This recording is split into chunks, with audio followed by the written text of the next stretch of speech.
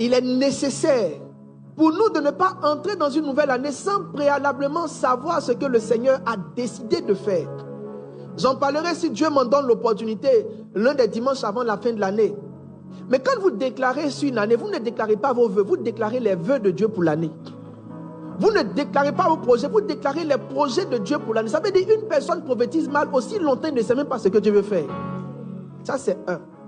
La plupart des gens qui sont frustrés non pas pour des choses que Dieu n'a pas faites, mais sont frustrés pour des choses qu'ils voulaient que Dieu fasse, que Dieu n'a pas mis au programme. Ça, c'est un fait. Un autre fait, c'est qu'on s'apprécie et on s'étudie, on s'évalue chaque année, non pas en fonction de ce qu'on voulait, mais de ce que Dieu a dit qu'il allait faire. L'année prochaine, à cette même heure, tu auras un enfant. Il n'a pas dit l'année prochaine, à cette même heure, tu auras 4 enfants. Donc imaginez-vous, la dame rentre dans une année avec le désir d'avoir 4 enfants, alors que dans le plan de Dieu, il est prévu qu'elle ait un seul enfant. La plupart des gens déçus, la plupart des gens qui culpabilisent, la plupart des gens mécontents sont mécontents parce qu'ils s'attendent à plus que ce que Dieu a dit qu'il allait faire. Chaque année, Dieu travaille un aspect particulier de ta vie. Chaque année, il met l'emphase sur un aspect qui n'est pas le même que l'autre. Une année viendra, il va mettre l'emphase sur ta vie sentimentale, comme si tu te dis cette année tu te maries.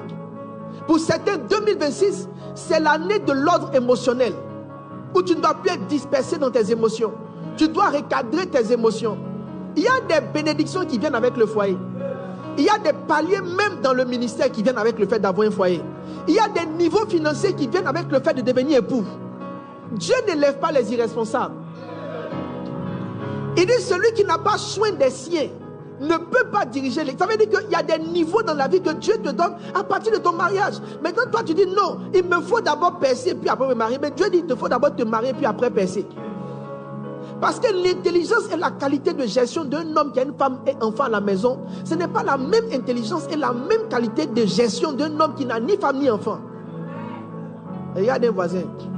Dis-lui, tu es en train de sauter une étape.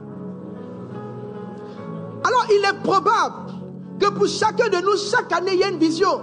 Pour d'autres, ça serait par exemple 2026, l'année où tu dois te concentrer sur ta vie professionnelle. Pour ceux qui sont dans le professionnel, ça peut être 2026, l'année où tu dois structurer tes affaires. Tu as des affaires, mais tes affaires sont mal structurées. Donc, chaque année vient avec une instruction. Et ton esprit et ta force vont sur l'instruction que Dieu a donnée. Pour d'autres, ça sera 2026, c'est l'année où tu rentres pleinement dans le ministère. Je n'ai pas eu de amen, on dirait. Alors je prophétise. L'année prochaine, tu seras pasteur sur une église quelque part à l'intérieur du pays.